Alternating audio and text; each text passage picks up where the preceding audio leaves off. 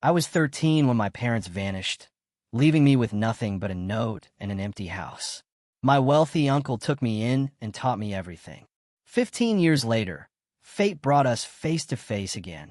The grandeur of my office often felt like a stage. Transparent glass walls framed the glittering Monterey Bay, a panorama of power and success beneath the autumn sun. Below, the city buzzed, waves whispered against the shore, and California's green hills rolled into the distance. Here, I, Elijah Mountain, chairman of Mountain Construction Group at 32, commanded an empire inherited from my revered uncle.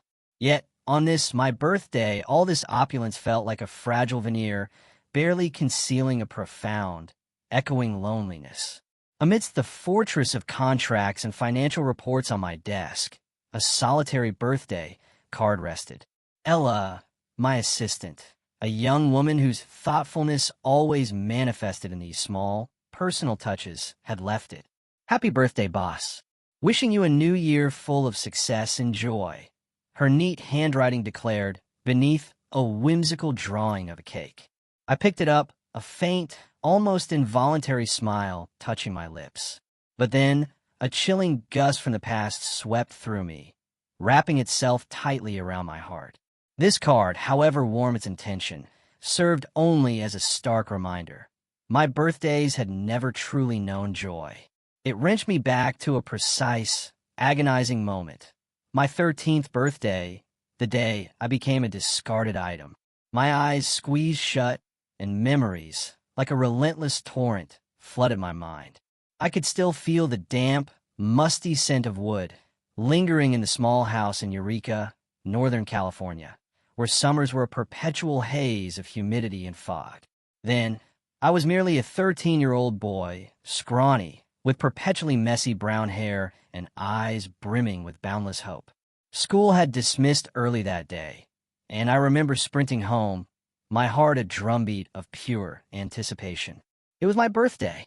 I envisioned my parents waiting, a homemade cake on the table, perhaps chocolate, Mom's favorite, and gifts wrapped in a riot of colorful paper. Dad, Daniel, would clap my shoulder and declare, "Son, you're growing up."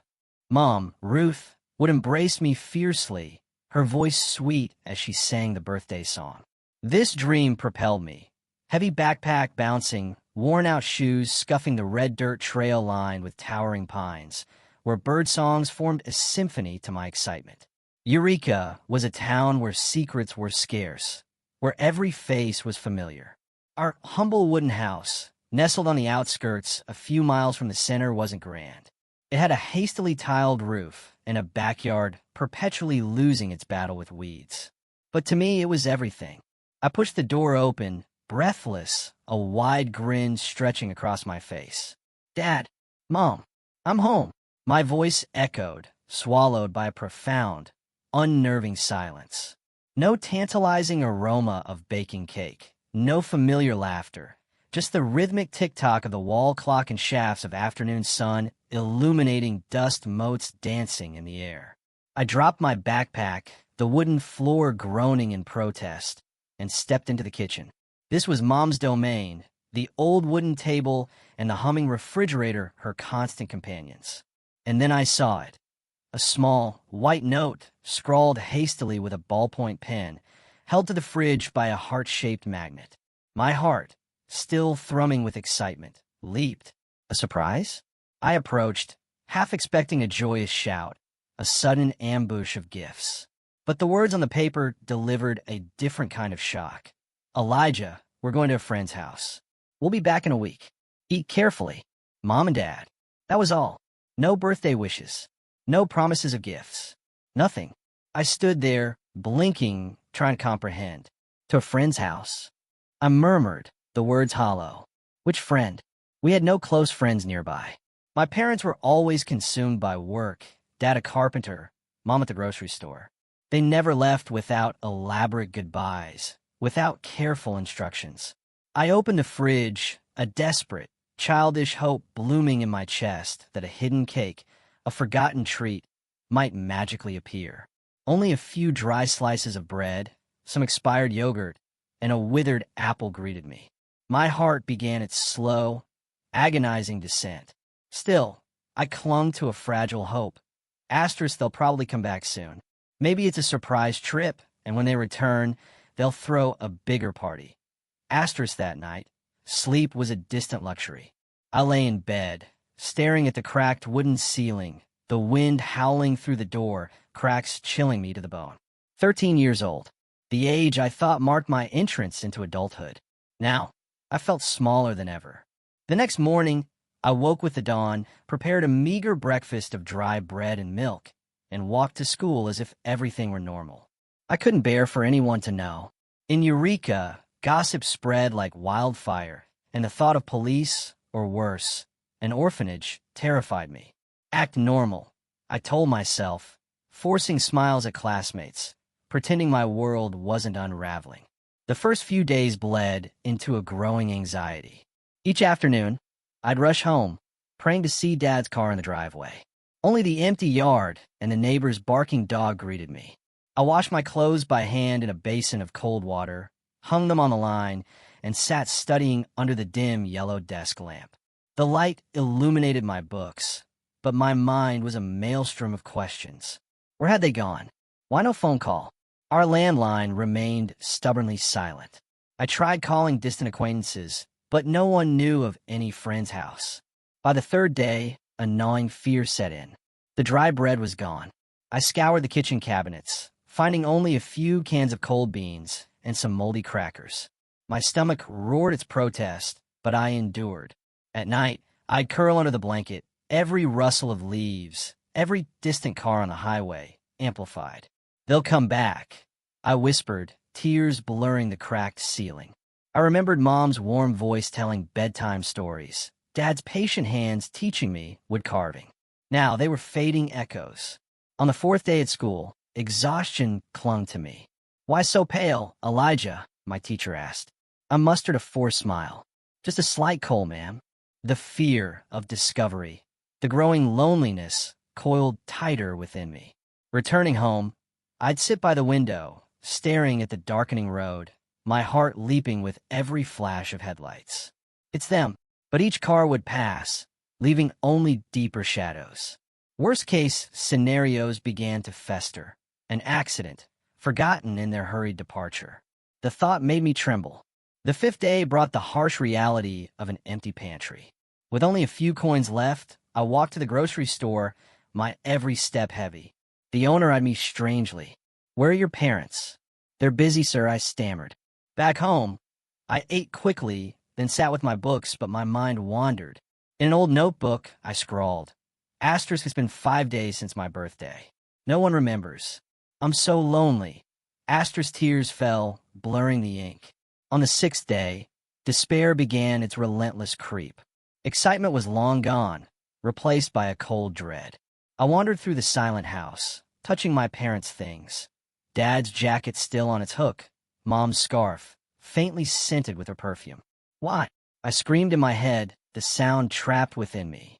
I tried calling a distant aunt, but no one answered. That night, fitful sleep brought.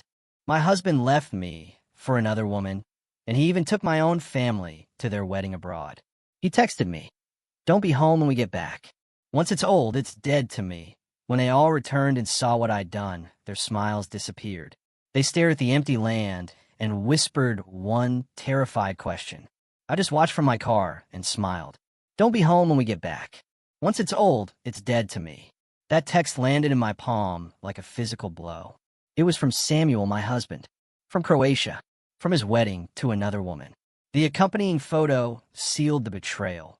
My entire family, beaming behind him, and Clara, champagne glasses raised in a toast to my erasure. I stared at the message for precisely 3 seconds. Then, my gaze lifted across the street to the construction crew, systematically demolishing an old building, floor by floor. Controlled demolition, they called it. A chill, absolute clarity washed over me. They wanted me gone? Fine, but I would ensure there was nothing left for them to return to. The photo still glowed on my screen. I zoomed in, meticulously dissecting every detail as if it were an architectural blueprint. Samuel stood at the center, a tuxedo I'd never seen before, expensive, impeccably tailored, easily a $3,000 suit. Beside him, Clara Ashford, 28, blonde, soft waves, a white dress that surely came from one of those high-end Boston boutiques I'd passed 100 times but never entered, too consumed by my work. But it wasn't Samuel or Clara who sent a tremor through my hands. It was the faces behind them. My mother, Patricia, resplendent in lavender, her favorite color, the same shade she'd worn to my wedding 12 years ago. She was radiant, glass held high, looking happier than I'd seen her in years. Next to her, my father, Robert. He looked uncomfortable, yes, but he was there, present, participating. No protest, no refusal, just standing there as if this were normal family behavior. My sister, June, held a small bouquet, an actual bouquet, like she was part of the bridal party. This from a woman who'd spent the last year lecturing me about being more supportive of Samuel's career, more understanding when he worked late, more flexible when he canceled our plans. And Marcus, my baby brother, the one I'd put through college when our parents couldn't afford it, the one I'd helped with rent for 6 months when he lost his job, the one who'd call me his hero at his graduation. He was grinning, broadly, as if attending my husband's wedding to another woman was merely a fun family vacation.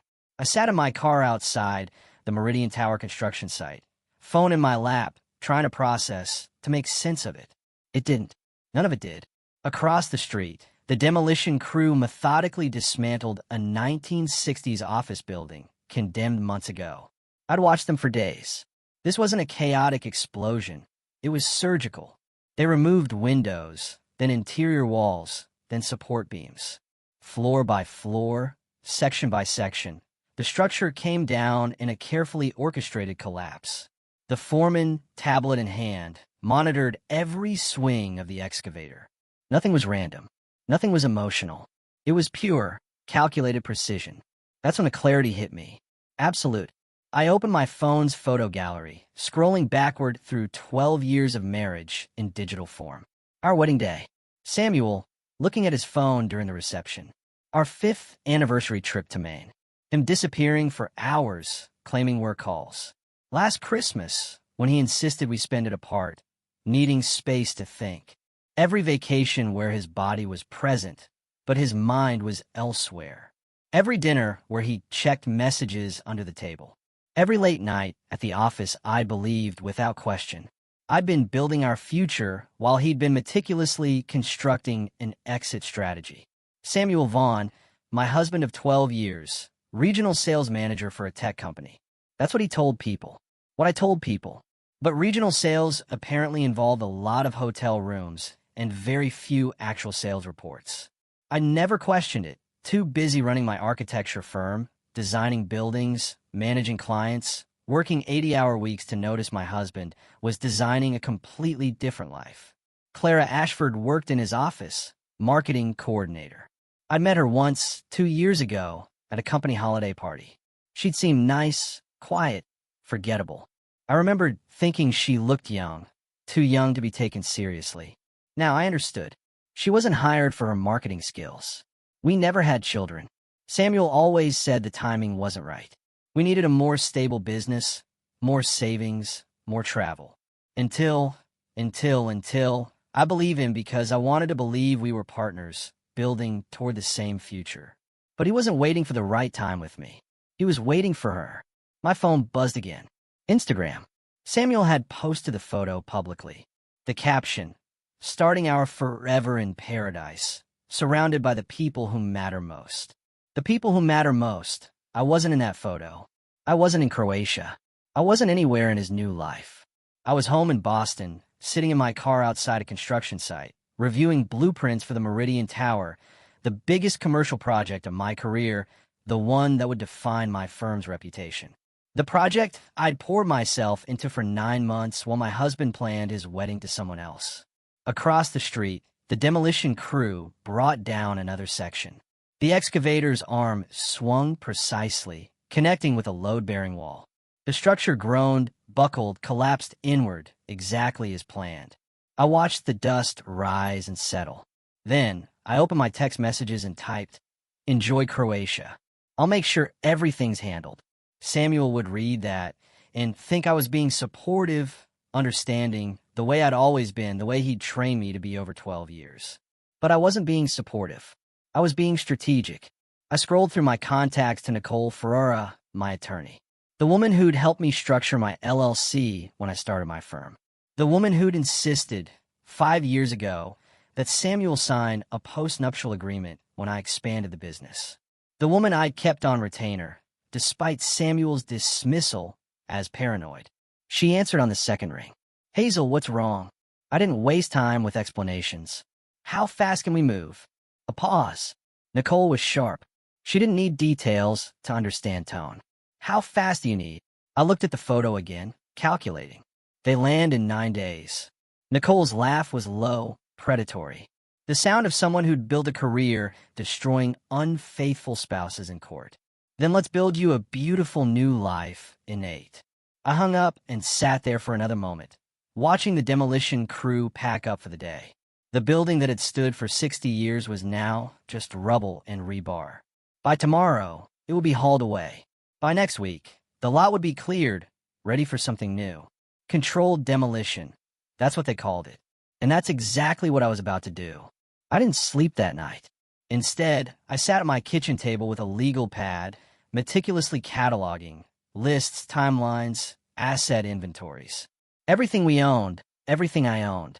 The house, the cars, the vacation condo in Vermont we'd visited twice, bank accounts, investment portfolios, even the furniture. It felt like a dream. He stopped to buy food, hot sandwiches, fresh milk, and fruit, which I devoured in the truck.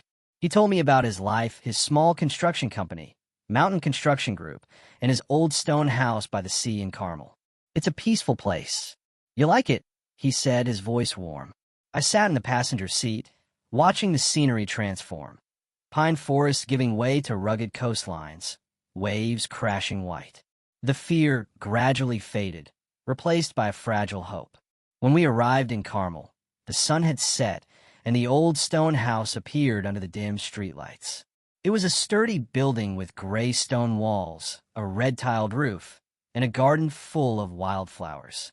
Inside, it was cozy, with a crackling fireplace and a faint scent of pine wood. He led me to my own room, small, clean, with a soft bed and books on the shelves. "From now on, this is your home," he said, patting my shoulder. That was the first time I felt truly safe after those hellish days. The early years living with my uncle in Carmel by the sea were a period of gradual adaptation to a completely new life, one of discipline and order, vastly different from the chaos I had known in Eureka.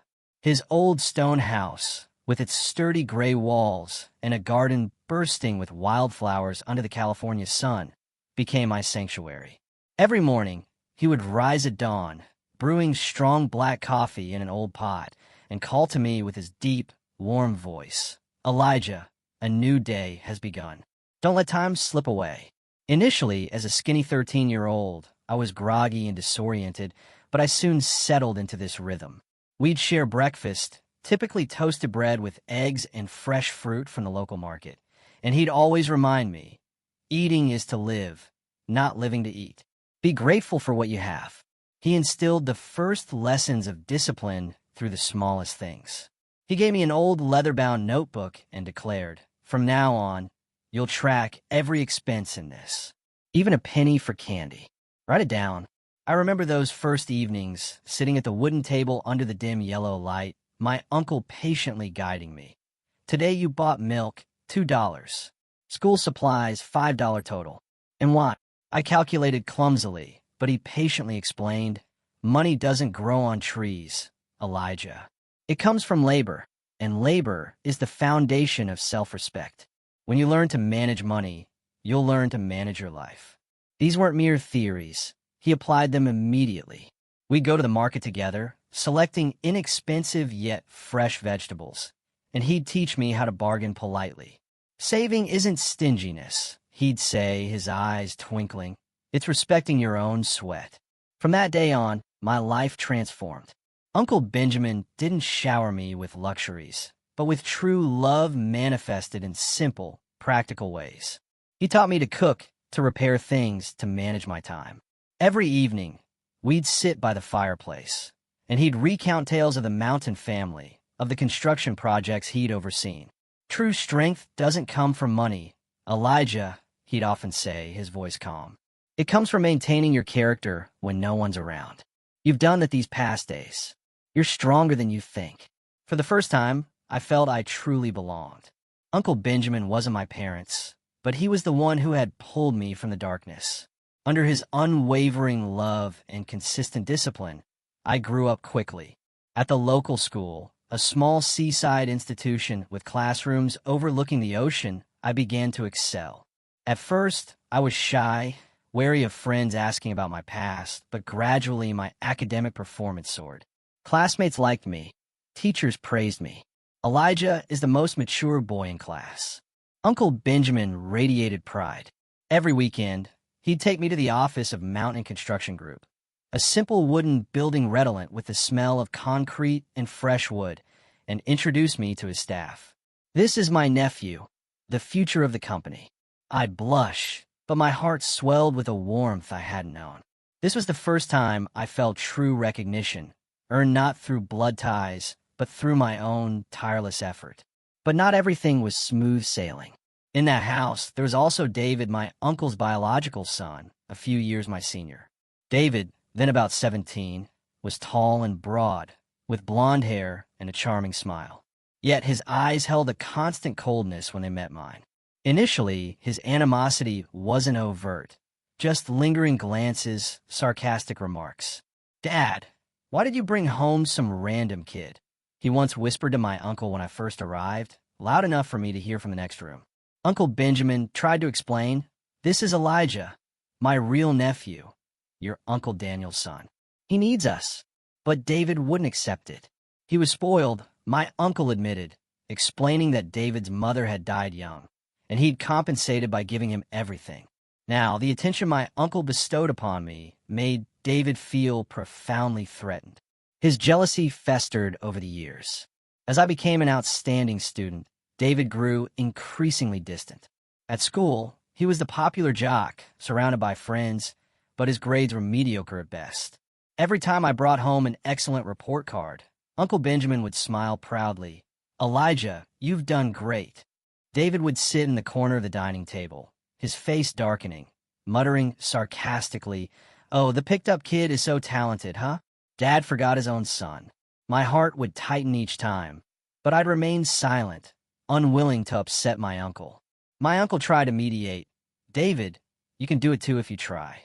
But David would merely smirk, retreating into his own world of parties on the beach, borrowing my uncle's car for late-night escapades.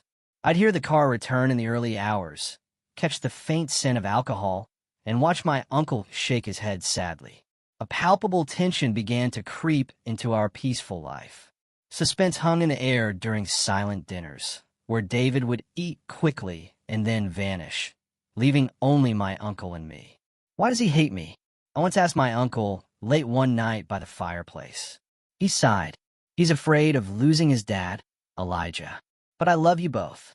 I nodded, but a deep-seated worry gnawed at me. Would David do something to drive me away?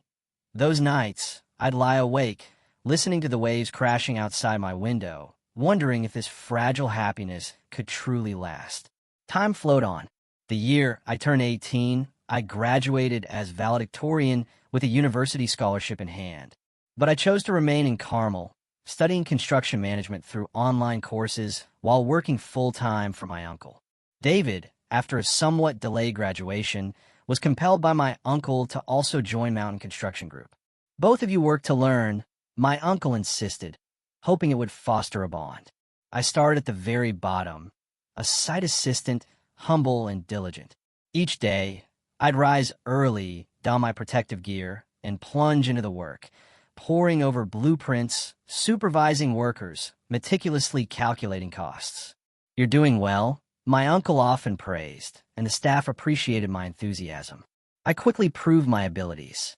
On a small seaside bridge project, I suggested an innovative way to save materials while maintaining durability, earning my uncle's approving nod. David, however, was my antithesis. He'd arrive late, impeccably dressed in a neat suit, only to sit in his office, scrolling on. His phone, doing little else. His life revolved around extravagant parties, new cars, designer clothes, and weekend getaways with girlfriends. I'm the boss's son. Why get dirty like the picked-up kid? He'd smirk whenever he saw me covered in dust and grime from the construction site.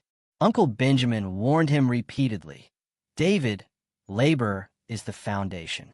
Don't disappoint me. But each warning only fueled David's resentment. He'd whisper to staff that Elijah is just good at buttering up Dad. He's taking all the affection I deserve. I'd vaguely overhear those words, my heart aching, but I remained silent, channeling my focus into work. The suspense intensified. Would David do something extreme? Once, he deliberately messed up a blueprint I was assigned, causing significant delays, forcing my uncle to intervene. Those years were a fragile balance. The company thrived, thanks to my and my uncle's combined efforts, but David's shadow loomed ever larger. I remember one stormy evening when David stumbled home drunk, slamming the door and bellowing, Dad, why are you letting that kid manage everything? I'm your real son. My uncle remained silent, but I saw the tremor in his hands. My heart raced, suspense building. Would this family finally shatter? I knew only that I had to be strong, for my uncle and for myself. Everything changed on a chilly autumn afternoon. Uncle Benjamin returned from the hospital, his face etched with weariness, his eyes sunken, his breathing labored. He sat in his armchair by the fireplace, clutching a diagnosis paper, and called me over. Elijah, I have chronic pulmonary fibrosis, he said, his voice calm, yet I detected the faint tremor beneath. It was a vicious disease, slowly stiffening the lungs, turning every breath into a battle.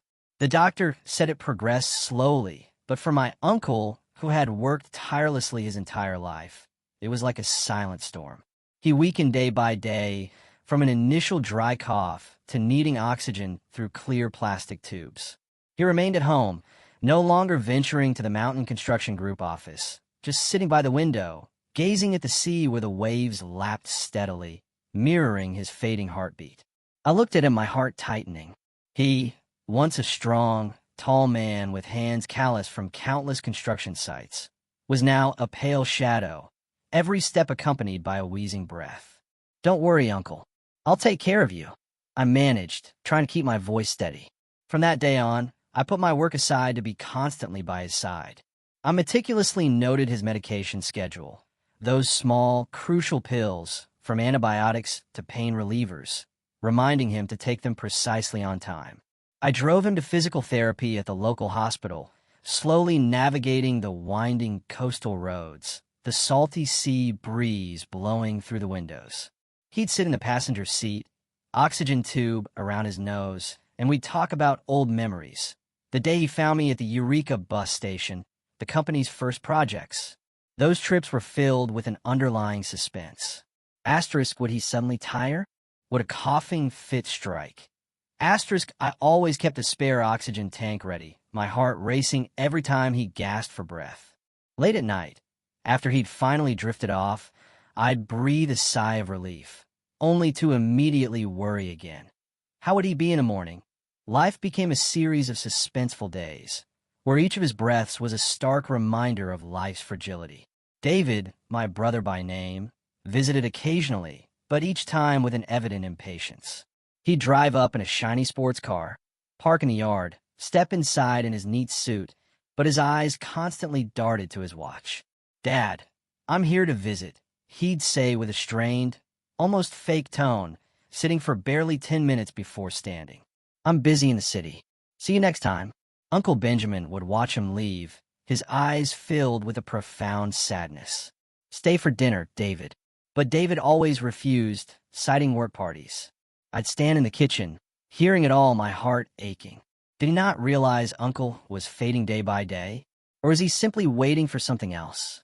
Every time David saw me caring for Uncle, he'd drop sarcastic remarks, like needles piercing the quiet air. Once, as I was helping Uncle put on his oxygen tube, David walked in and smirked. Oh, the picked-up kid playing the dutiful son again. No matter how hard you try, you're just a side character in this family. I paused, my heart pounding, but chose not to respond. He continued, his voice louder. The real heir is always the biological son, not someone picked up from a bus station. Those words cut like knives, stirring memories of Eureka. But I chose silence. I knew Uncle needed peace more than pointless arguments. David, that's enough, Uncle said weakly. But David merely shrugged and left, leaving a heavy atmosphere in his wake. I turned back to Uncle, wiping the sweat from his forehead. Don't mind him, Uncle. But deep down, suspense surged. Asterisk, would David's hatred finally explode? Would he do something to push me out of the picture? Asterisk, winter arrived, bringing cold winds from the sea and a thick fog that enveloped Carmel. One early winter morning, I woke as usual, brewed coffee, and stepped into Uncle's room. He lay there, peaceful, as if asleep, but when I called his name, he didn't respond. My heart skipped. I approached and touched his hand cold. Uncle! I screamed, my voice breaking. He had passed in his sleep, leaving a vast emptiness in the quiet house. I collapsed by the bed, tears streaming, memories flooding like a torrent. The day he saved me, the lessons by the fireplace, his proud smile at my successes. The house was now utterly silent, only the distant waves crashing like a final farewell. I called the doctor, then David, my voice trembling. Brother David, Uncle, he's gone. He was silent for a moment, then said, I'm coming right away. The pain tore at my heart, but I had to be strong. I arranged the funeral, notified the company staff. The funeral took place by the seaside under a gray sky, where we scattered his ashes to the wind, as he had instructed. Let me return to the sea. Then came the day of the will reading. In a small lawyer's office in central Carmel, with its dark wooden walls and heavy atmosphere, I sat next to David. He wore a black suit, his face cold, but I sensed the coiled suspense within him. The lawyer, an old man with glasses, opened the yellowed folder. According to Benjamin Mountain's will, all assets, shares in Mountain Construction Group, and real estate will go to Elijah Mountain. The air froze. I was stunned, my heart racing. All of it, I had never once conceived of such a thing. David gave an incredulous smile, as if expecting a joke, but then his face flushed crimson, anger spreading like a stain. He leaped up, slamming the table with a loud crack, snatching the will from the lawyer's hands. What the hell is this? Forgery. This is forgery, he bellowed, his voice shrill, his face twisted. That Elijah manipulated Dad when he was sick. He was by Dad's side the whole time, forcing him to sign this. I sat still, unmoving, but my heart ached from the accusations, sharp as stabbing knives. The lawyer tried to intervene. The will was made 2 years ago when Mr. Benjamin was healthy, and it's notarized. But David didn't listen. He threw a glass, shattering it on the floor, threatening to sue the entire company. I won't let you steal everything. I'm the real son. Chaos erupted as people tried to restrain him, but David shoved them away. His eyes bloodshot, glaring at me. I remained silent, the quiet between us thick, suffocating. That was the moment everything shifted. From now on, I was no longer the rescued child, but the one bearing the entire legacy, along with the lingering curse of the Mountain family. After that will reading, David stormed out of the lawyer's office in a rage, his face flushed red as if on fire.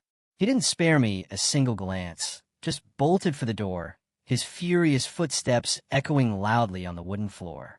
I faintly heard him mutter, "He stole everything from me, everything." From that moment, David vanished from Mountain Construction Group. He sent a curt resignation email with no explanation and severed all contact with me. But I knew, deep in his heart, a venomous hatred was boiling. David believed I had stolen everything that was rightfully his: the company, the house, Uncle Benjamin's legacy. To him, I wasn't a brother or even a nephew. I was merely an outsider, a manipulator who had seized it all. I sat alone in the Carmel office, gazing at the gray sea, my heart heavy. Suspense began to creep in. What would he do? I tried to push the thought away, focusing on taking over the company, but deep down, I sensed a shadow enveloping everything. The first weeks after Uncle Benjamin's funeral were truly difficult. I had to stabilize the company, meet with employees, sign new contracts, and wade through a mountain of legal documents. Everyone at Mountain Construction looked at me with respect, but also with a touch of worry. "Boss Elijah, where's David?" I'd offer a faint smile. "He needs some time," but in reality, I had no idea where David was. He had moved to Los Angeles, renting a luxurious apartment with the small savings he had left, and began plotting his revenge. I knew nothing of this at first. Everything transpired in the shadows, like a brewing storm.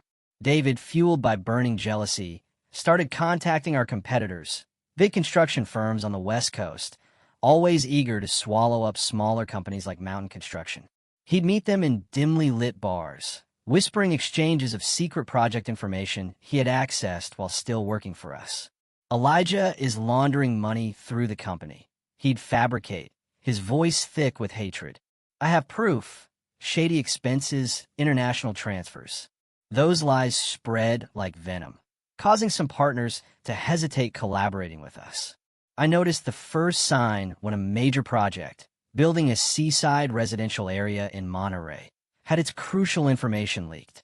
We were preparing a bid with a detailed plan known only to a select few. Suddenly, our main competitors submitted an identical proposal with slightly lower costs. "How did they?" I murmured, sitting in my office, my hands trembling as I held the report. Employees whispered, "Maybe it's a coincidence." But I felt a cold dread. Something was profoundly wrong. Suspense grew. Someone was betraying us. I immediately strengthened security, changed system passwords, but it was too late. David had gone further. He used his remaining money to hire hackers, those shadowy figures lurking in the dark web, specializing in dirty work. They breached the company's system through a small vulnerability, stealing bid files, internal emails, and anonymously sending them to the local press. The next morning, I opened the newspaper, my heart skipping a beat. The headline blared, "Mountain Construction suspected of money laundering. Internal info leaked." The article quoted project details, interwoven with accusations that I was hiding illegal transactions. My phone rang incessantly. Partners called to question, employees panicked, and the company's stock plummeted. I slumped into my chair, my mind reeling. Who did this? I muttered, clenching the newspaper. The pain from Uncle Benjamin's death still lingered, now compounded by the fear of losing everything.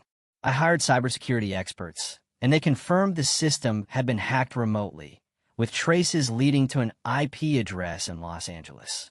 My heart pounded. David, but I dared not believe it. Meanwhile, David smirked in his apartment, watching the news on TV.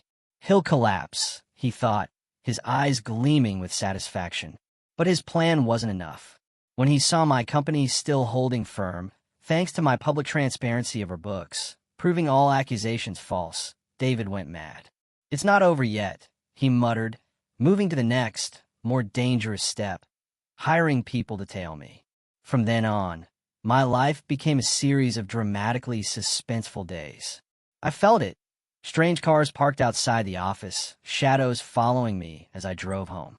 One evening, driving on the winding coastal road in Carmel, the strong sea wind buffeting through the window, I glanced in my rearview mirror and saw a black car tailing me closely.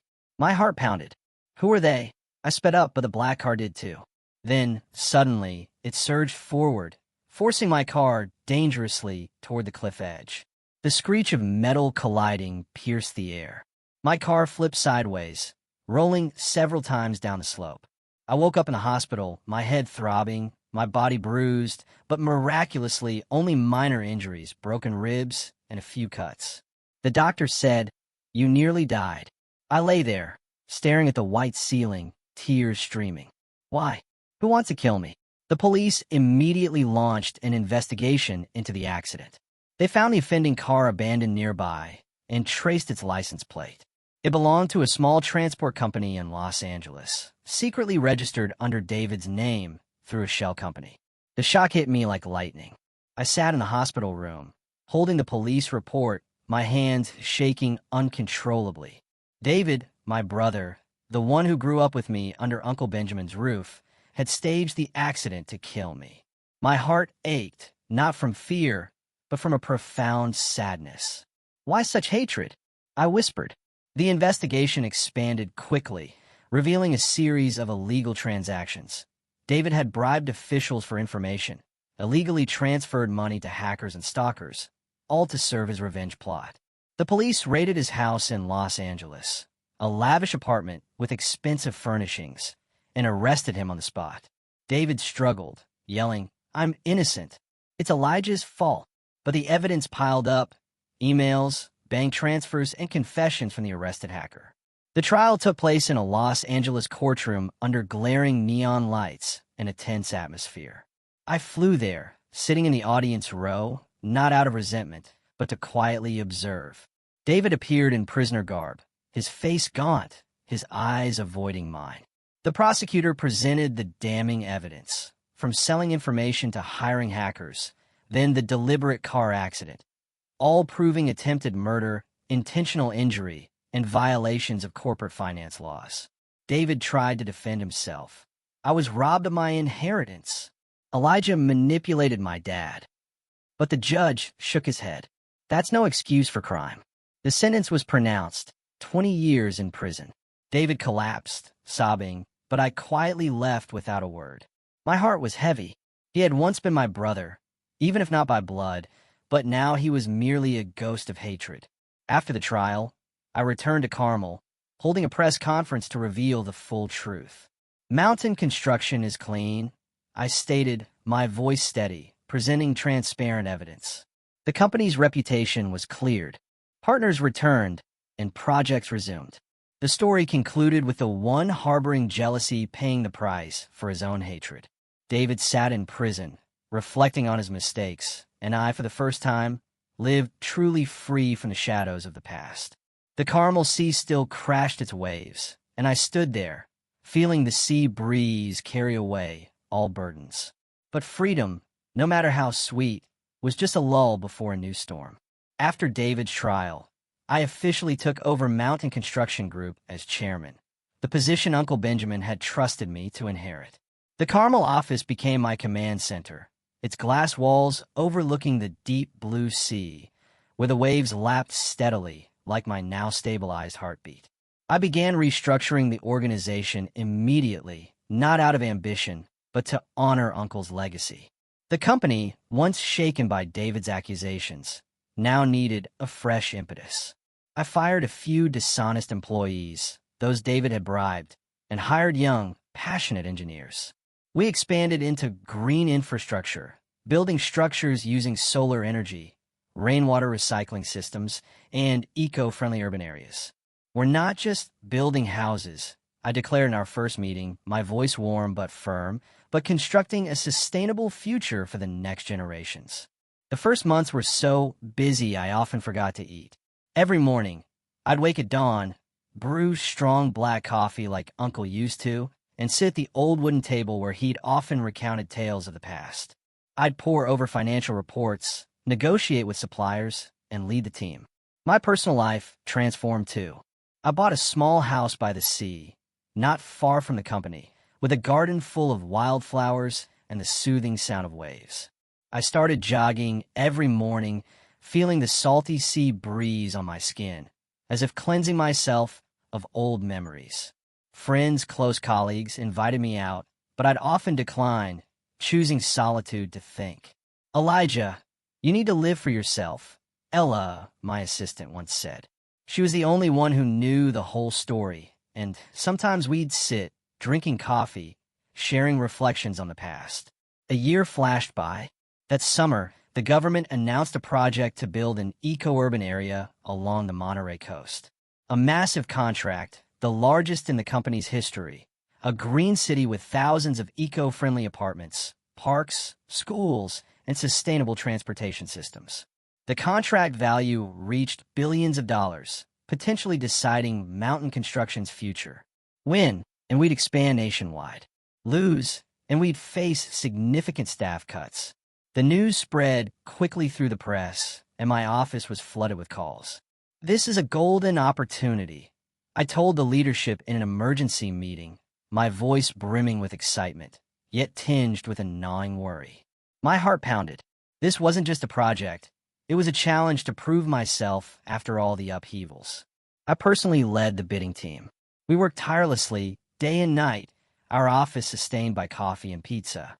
I meticulously drew designs, calculated costs, and met with environmental experts to ensure our green initiatives were genuine. Recycled materials, offshore wind energy, advanced water filtration systems. We have to excel. I motivated the team, my eyes sparkling. After many fierce elimination rounds, dozens of major competitors, giant companies from New York or Texas, with huge budgets but lacking creativity, were knocked out. Each round was a battle, presenting ideas, answering relentless questions from the state committee, and waiting for results in nail-biting suspense. I remember the night before the third elimination round. I couldn't sleep, lying awake, staring at the ceiling, my heart pounding. What would Uncle Benjamin think if we lose? But we advanced, and finally, only two companies remained, my mountain construction and a firm called Summit Design and Build. The name was unfamiliar, but their profile revealed strength in high-end construction. When I reviewed the competitor's project profile, sent via email from the committee, I froze as if struck by lightning. I sat in the office, afternoon sunlight streaming through the window onto my screen. In a leadership list, the name Daniel Mountain appeared crystal clear, founder and chairman. Next to it was Ruth Mountain, my biological mother, listed as financial director. My heart clenched, a physical squeeze. A flood of memories rushed back like a torrent. The hastily scribbled note on the fridge door in Eureka. Asterisk, we're going to a friend's house. We'll be back in a week. Asterisk, the empty wooden house, wind howling through the cracks. And me, a 13-year-old boy, huddled, waiting. The old, rain-soaked bus station where I wandered, hungry, hoping someone would recognize me. Tears welled in my eyes, not from sadness, but from a cold, simmering rage. They, my biological parents, had abandoned me that year, and now, successful with their own company, they had never once sought me out. No calls, no letters, nothing. Do they know I'm here? I muttered, my hand clenching the mouse. Summit Design and Build. The name had sounded foreign, but now it was a knife reopening an old wound. I stood up, walked to the balcony, looking out at the glistening Monterey Bay. The sea breeze blew strongly, carrying the salty scent, but couldn't dispel the storm raging in my heart. Why now? I asked myself, my heart racing. This project wasn't just another bid. It was a direct confrontation with a past I thought I had buried. Daniel and Ruth, once my parents, now my competitors. I imagined their faces, Dad with his salt and pepper hair, Mom with a practiced, fake smile. They had built Summit from nothing after abandoning me. And now, they wanted to snatch away my opportunity. Rage surged. Have they ever regretted it? But mixed in was a chilling realization. The pain of the abandoned child, now a man, facing them. I knew that if I withdrew, I could avoid the bitter confrontation. To send an email to the committee, Mountain Construction withdraws. That would be it. No face-to-face encounter, no memories flooding back, no pain. I sat back down, looking at the profile again, my heart pounding as I gripped the mouse. Withdrawing is easy, I thought. But if I do that, I deny everything I've strived to prove, from the abandoned boy in Eureka to the one rescued by Uncle Benjamin, then overcoming David's plot, all to prove I was worthy. Withdrawing meant admitting the past still controlled me, that I was still afraid. No, I shook my head, tears streaming. I wouldn't let them win without a fight. I decided to continue. I called a leadership meeting that very evening in a brightly lit conference room, faintly scented with coffee. Mountain Construction will see this through, I said, my voice resolute, though my heart still trembled. Not for fame, but to prove the value of those who know how to build with integrity. Everyone nodded, but I saw worried glances. Boss, the competitor is strong. I smiled. We're stronger because we have heart. From then on, we plunged into preparations, refining designs, gathering environmental data, and tirelessly practicing presentations. Each day was a suspenseful battle. Asterisk, did they know who I was? Would the past repeat itself? Asterisk, I lost sleep many nights, lying awake, thinking about the upcoming encounter, my heart pounding like a drum. The weeks preparing for the final presentation were the most stressful time in my life. The office of Mountain Construction Group in Carmel became a veritable battlefield. Papers piled high on desks, computer screens glowed through the night, and the incessant clacking of keyboards filled the air. Every morning, I'd wake early, jogging along the beach, desperate to chase away my worries. But the sea breeze only brought the salty, bitter scent, reminding me of those wandering days in Eureka. Who are they to me now? I asked myself, my feet pounding hard on the wet sand. Daniel and Ruth, my biological parents, were now competitors, wielding the power of their summit design and build. I researched them stealthily, like a thief. They had built Summit in the years after abandoning me, starting with small projects in Southern California, then expanding into an empire. Not a single mention of their son. My heart ached. Have they never looked for me? Every time I reviewed Summit's profile, I'd pause at the names Daniel and Ruth, memories flooding back. My father's stern face teaching me wood carving, my mother's warm smile telling bedtime stories. Then the stark contrast, the note on the fridge door, the empty house, the enormous loneliness. Why? I whispered into the night, lying in bed, staring at the ceiling. Rage mingled with fear. If I met them, could I stay calm? Would they even recognize me? Elijah Mountain, the child they left behind? The day of the final presentation arrived like a storm crashing in. I drove to the state government headquarters in Sacramento, a few hours from Carmel. The coastal highway wound along, the strong sea breeze blowing through the window, carrying the scent of pine forests and ocean. My heart pounded the entire way. Today is the day. I wore a neat black suit, my hair carefully combed, but my hands gripped the steering wheel until my knuckles turned white. Stay calm, I whispered to myself. The headquarters was a modern glass building, the California state flag fluttering proudly. I parked, took a deep breath, and stepped inside. The atmosphere within was buzzing. Hallways teemed with people, lively chatter, reporters with cameras poised, investors in elegant suits, state officials bustling about. I picked up my attendee badge, my heart thrumming. Have they arrived yet?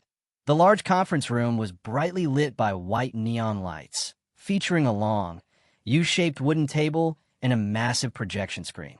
The seats were packed, about 100 people, from reporters to industry experts.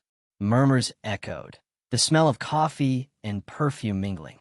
I walked in, composed outwardly but my heart heavy.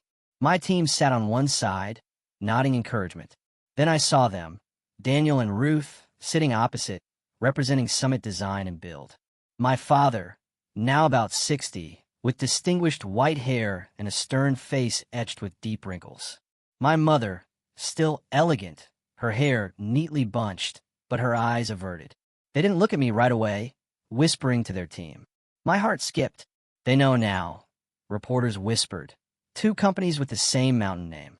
Strange. I sat down, my hands slightly trembling, memories surging like wild waves. The rainy Eureka bus station, Uncle Benjamin saving me. Now, facing those who abandoned me. I felt like that 13-year-old boy again, but I fiercely pushed the feeling away. I am Elijah Mountain, chairman. The chairperson, a high-ranking state official, rapped his gavel. The meeting will begin. Today, we'll hear presentations from the 2 final candidates, Mountain Construction Group and Summit Design and Build. A tense pause. Mountain Construction's name was called first. Daniel stiffened. I saw it clearly. He stopped whispering, his eyes widening as he looked directly at me. Ruth bowed her head, her hands clenching her documents, not daring to meet my gaze. My heart pounded. They know. I stood up, stepped to the podium, the microphone before me. The lights were blinding, but I remained calm. Ladies and gentlemen, I began, my voice steady. Mountain Construction Group is proud to present the Monterey Eco-Urban Project, a sustainable vision for the future. I presented professionally, each word carefully honed. I spoke about our sustainable strategy, 100% solar energy, rainwater recycling systems, native greenery to reduce carbon. Slides projected, transparent charts, data verified by independent experts. I emphasized costs. Every expense transparent, no hidden fees, ensuring long-term benefits for the community. This project will create jobs for locals, build free schools and parks, in the true spirit of building not just homes but lives. That was Uncle Benjamin's teaching. Build with integrity, Elijah.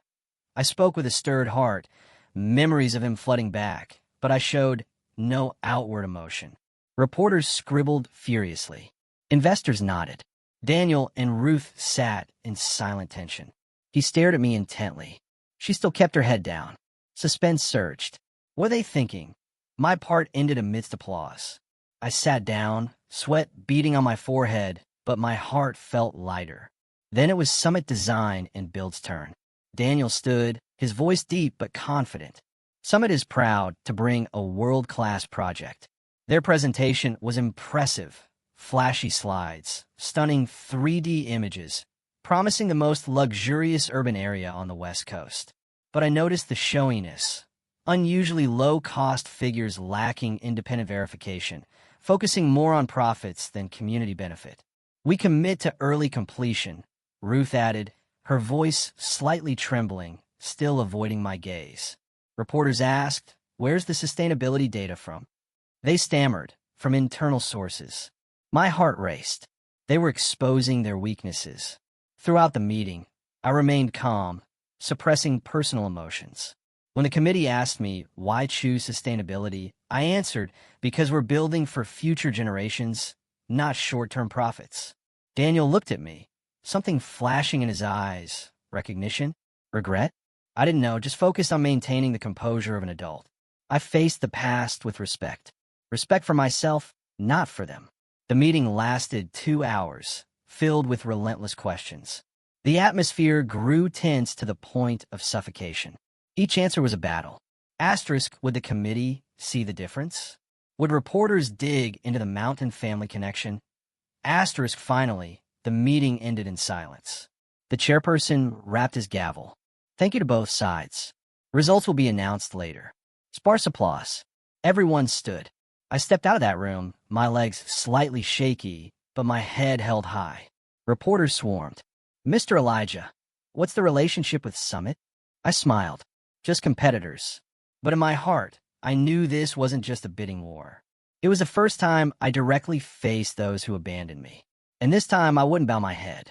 The drive back to Carmel stretched endlessly. The sea breeze blew, and I felt a true freedom. No longer afraid of the past. A week later, the suspense reached its peak. The bidding results were announced at the Monterey Conference Center, a modern seaside building with a large hall and a brightly lit stage. I accepted the invitation to attend, though my heart still raced every time I thought about it. It was a major event. Media gathered, cameras flashing incessantly, big businesses from across the West Coast present, state officials seated in the front row.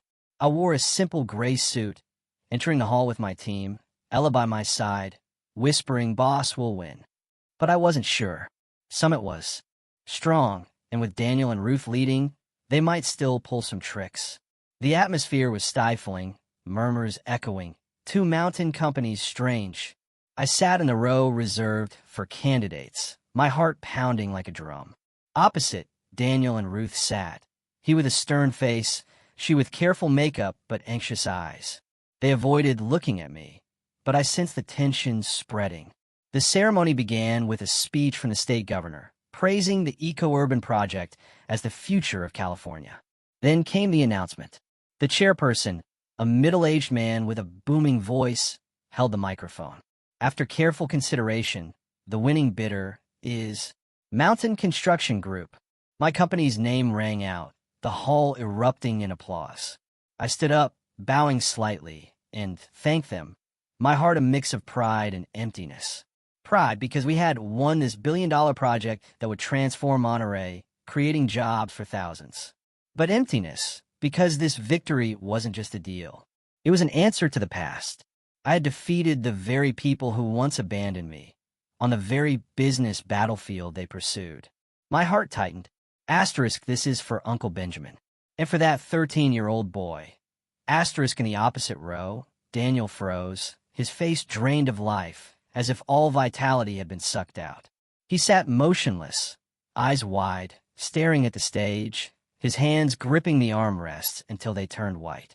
Ruth tried to stay composed, but her hands trembled as she clapped along with the crowd, her gaze darting toward me in panic before quickly averting.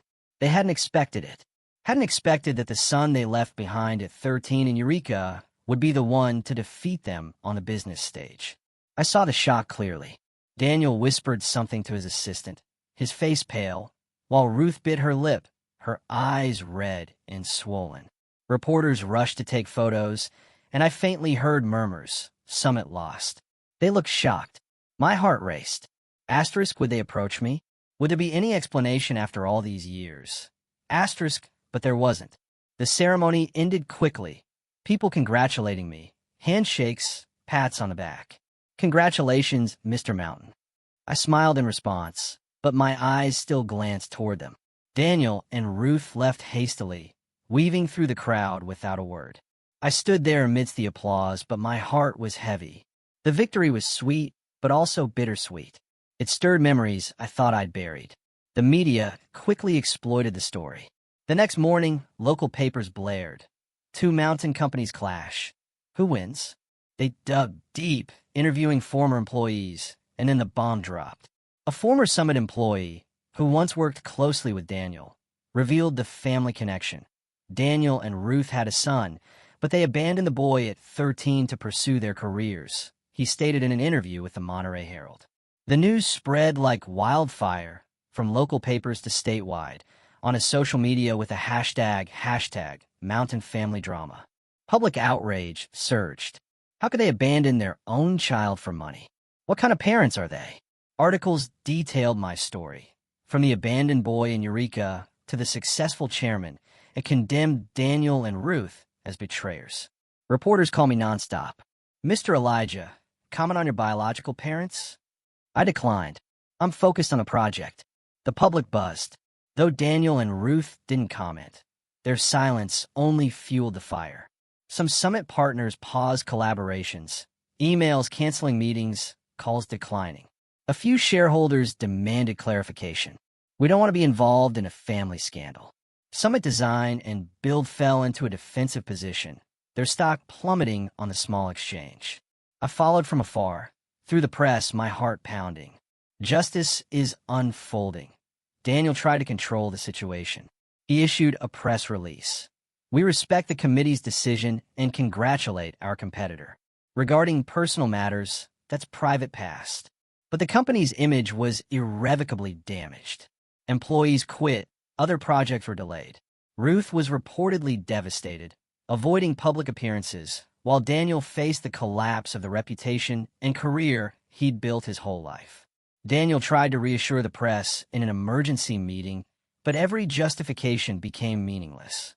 "We did what was best at the time," he said, his voice trembling before the microphones, but the crowd jeered. "Best for whom? For your son?" Ruth didn't appear, but old photos of her circulated, her fake smile beside Daniel, now a symbol of betrayal. I stayed silent, issuing no statements. I understood that justice had done its part. No need for another word from the one once left behind. But in my heart, the pain still lingered. Do they regret it?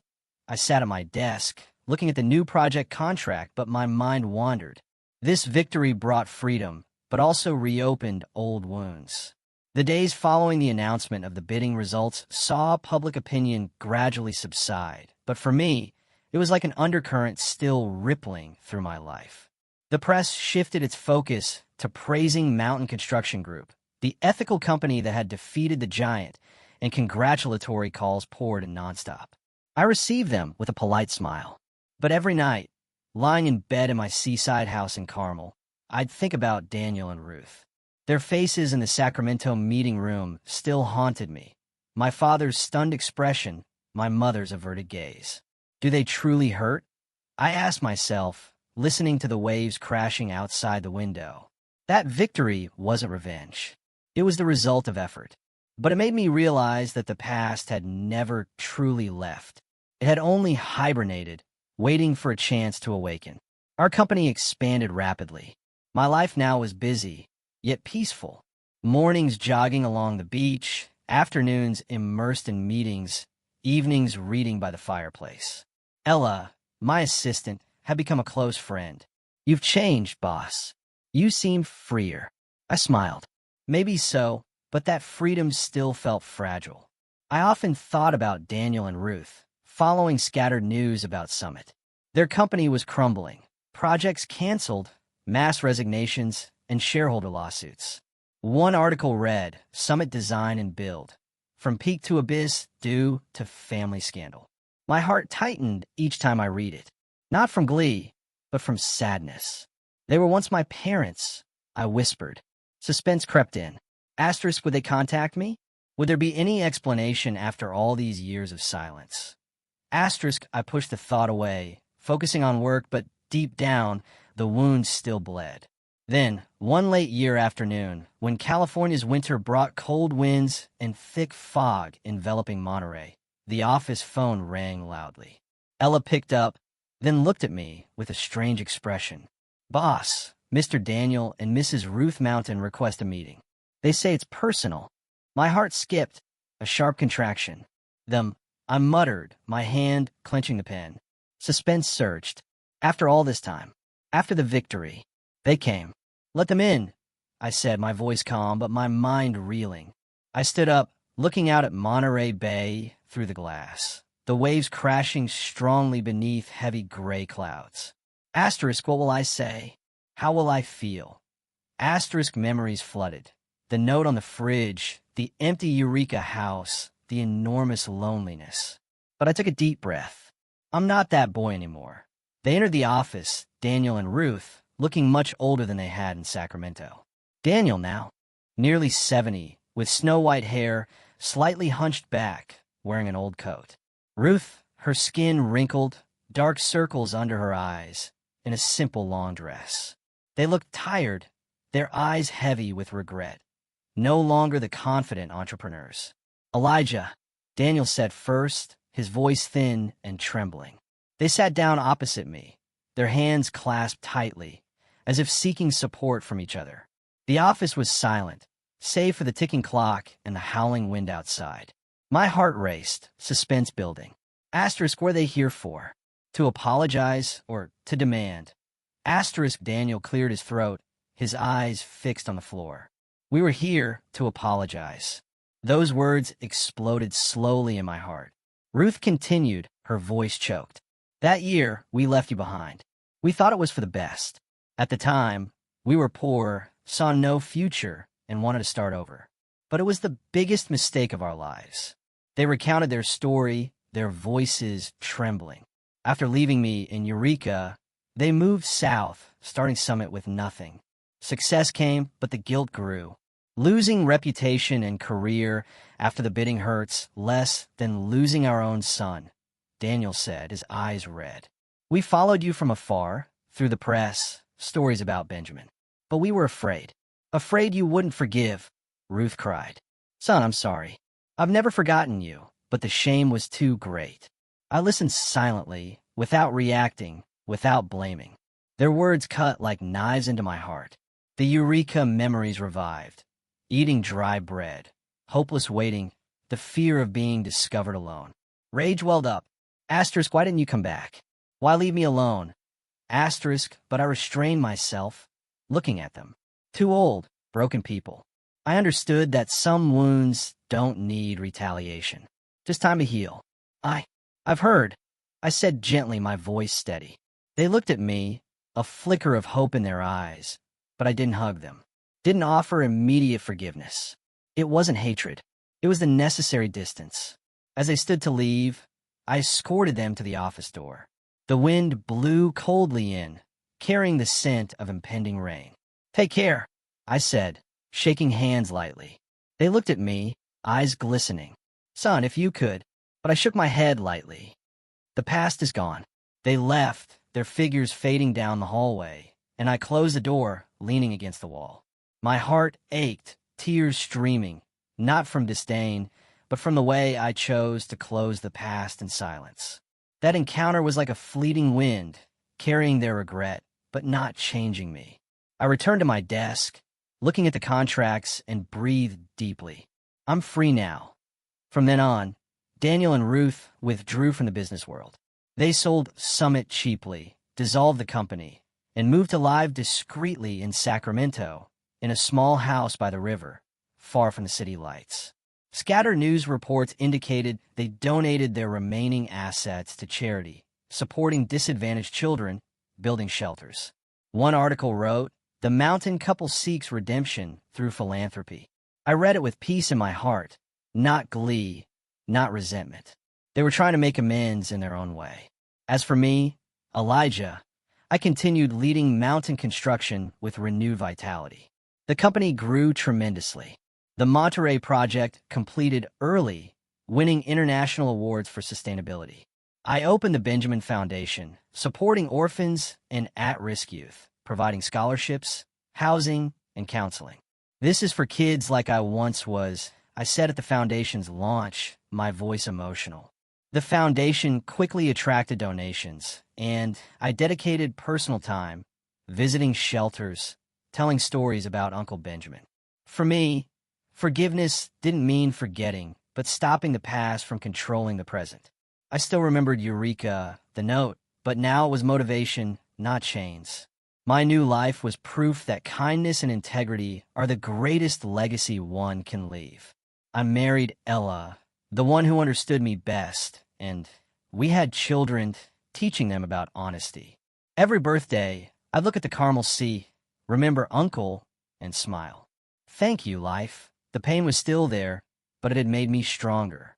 Now, as I sit writing these lines, I, Elijah Mountain, look back on my journey like a long book full of dark chapters and unexpected lights.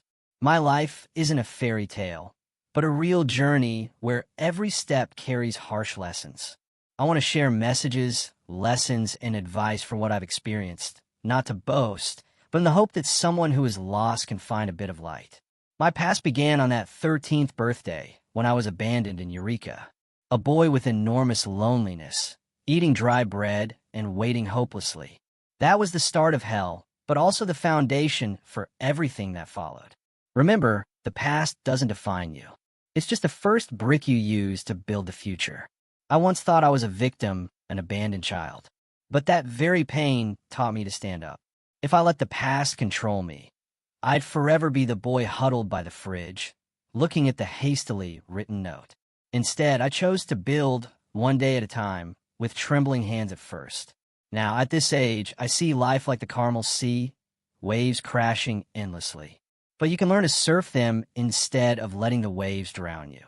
My journey was full of suspense, from loneliness to plots, from confrontation to forgiveness.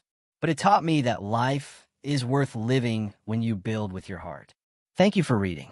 I hope this message helps you become stronger. Take care. Good luck.